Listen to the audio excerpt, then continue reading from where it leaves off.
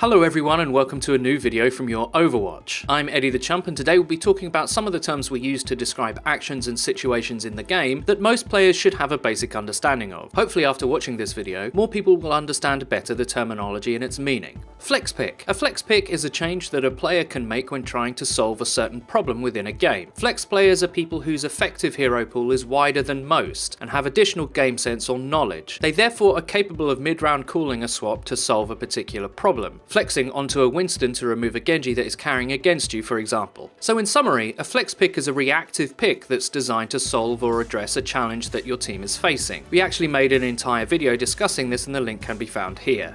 Tech pick. A tech pick is a premeditated niche pick designed to catch your opponents off guard. Quite often it requires strict strategy, and what it lacks in flexibility is hopefully mitigated by the power of its effectiveness. Bastion picks and strategies are a good example of this. Bastion has limited overall applicability when looking at the game as a whole, but when properly shielded and pocketed by healers or damage buffs, he can be brutally effective. Part of that effectiveness is provided by the element of surprise, as because he is limited in his applicability, teams playing to standard can be wrong-footed and ill-equipped to deal with a very specific threat that strategy poses. Crowd control / CC. Crowd control is a multi-game term, and in Overwatch it applies to a hero's ability to control or lock down threats in a fight. This can come in the form of abilities like Roadhog's Hook, McCree's Flashbang, or Mei's Walls and Ice Beam, but it can also apply to an action you can perform. So for example, if an enemy Reinhardt is nanoed in front of you as Winston, you could use your ultimate to crowd control him away from doing any damage to your team. A very literal example would be Xayah's Graviton Bomb, as that does gather the crowd and control them in a small fixed space, making them vulnerable. Uptime. Uptime is a term referring to a measurement of potential effectiveness. For example, if you're playing a DPS like McCree or Reaper, part of your skill is in staying alive, maximizing your potential time to be effective. This is called uptime. If you cannot stay alive, it is not possible for you to do the amount of damage that you need to do to fulfill your carry role as DPS. In this example, it is easier for Reaper to sustain his uptime than McCree because he has viable evasion tools. But a good McCree can attempt to maximize his potential output by playing with correct positioning and not needlessly exposing himself to unnecessary threats. In some cases, staying alive is better than confirming a kill, especially in transition on defense. If you die in transition, you probably won't be able to group as a team effectively and continue to be pushed back. The term can also be used to describe a hero's ability to self-sustain. For example, because of her toolset, Mei is capable of an incredible amount of sustain, giving her more opportunity to stall or stay alive. Her uptime therefore is comparatively longer than some other heroes. Tracer is a great DPS example. Because of her style of play, she should be able to fight often and stay alive in between, giving her very high uptime. Cleave damage. Cleave is a specific kind of damage that hits multiple targets at once. It differs to area of effect damage in that it usually doesn't have a circular radius which registers automatic hits. Instead, it is an attack or weapon that hits targets within its effective range. So for example, when Rein swings his hammer, it does damage to all targets within its hitbox. That includes everything in front of him as he swings and even to the side and behind him as the animation moves the hitbox. Another example is Winston's Tesla Cannon, which will also select multiple targets within its forward-facing cone. Its damage to a target never changes, it always does the same amount. Whether hitting 1 or 3 targets, they will all receive 60 damage per second.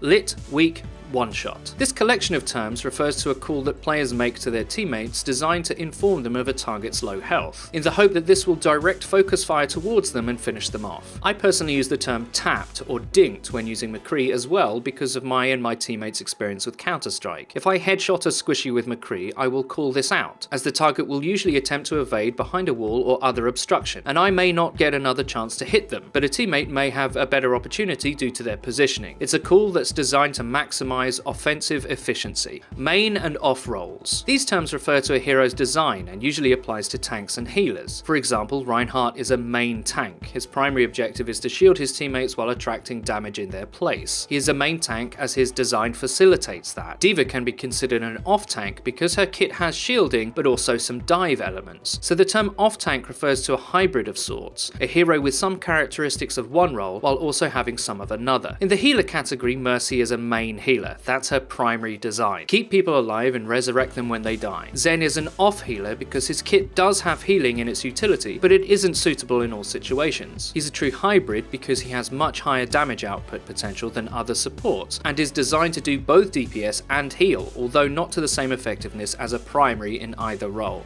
Pocketing. This term actually has two meanings that apply in different contexts. The first can be illustrated in Mercy pocketing a Pharah. By dedicating to keeping one target alive, you give their chances of success a major boost, and as Mercy you can follow Pharah into the air to stay in healing or damage boost range. For a ground-based example, an Ana can pocket a Reinhardt, constantly healing him and farming her own ultimate. Because Rein is a tank and attracts fire, he can be focused down by effective teams. But if Ana pockets him with her healing, they both stand to benefit, as he can continue doing his job for longer and she can unleash Nano more frequently. The second definition of pocketing is when a player holds onto an ability or ultimate for use in an emergency. A Zenyatta Transcendence takes a long time to build, and wasting it can actually lose an entire game. By pocketing it until needed, you can almost ensure your team's survival of an attempted team wipe. The same goes for Mercy's Res, or on the offensive end, a Zarya Graviton. These powerful game-changing ultimates are best used at the right time, and therefore worth pocketing until needed. Trickle or staggering deaths. The term trickle refers to a failure to properly group up on offense, or by not evading a lost teamfight on defense quickly enough. Both have the same effect. Your team's respawns become staggered, and either have to be reset by waiting out of harm's way for your teammates to respawn, or by intentionally dying after the fight is lost to ensure you all spawn together. A common way that trickling occurs is in long and messy teamfights, where it can be unclear who is going to win. An understanding of the respawn advantage mechanics on each map can help protect against this, so much so, we've made 2 videos addressing this. Choke. A choke is a part of a map that compresses the action into a singular point. Think the first door on Hanamura or King's Row, the small opening at the beginning of Eichenwald. These points of focus squeeze the action into a very small space and require creative tactics for the attacking team to overcome. As we like to say, at certain levels of play, these map design elements can descend into a poke at the choke meta, whereby both teams endlessly fight non-committally, exchanging trash damage. Whenever there is a physically small space that teams fight at, there is a choke point. Much like a funnel, the design of the map narrows the engagement from sprawling to very close conditions. I hope you enjoyed the video. If you did, please don't forget to leave a like. If you want us to cover anything specific, please don't hesitate to leave a comment below. Also, please follow the Your Overwatch Twitter. It's where you can find updates about new videos and streams. I've been Eddie the Chump, and until next time.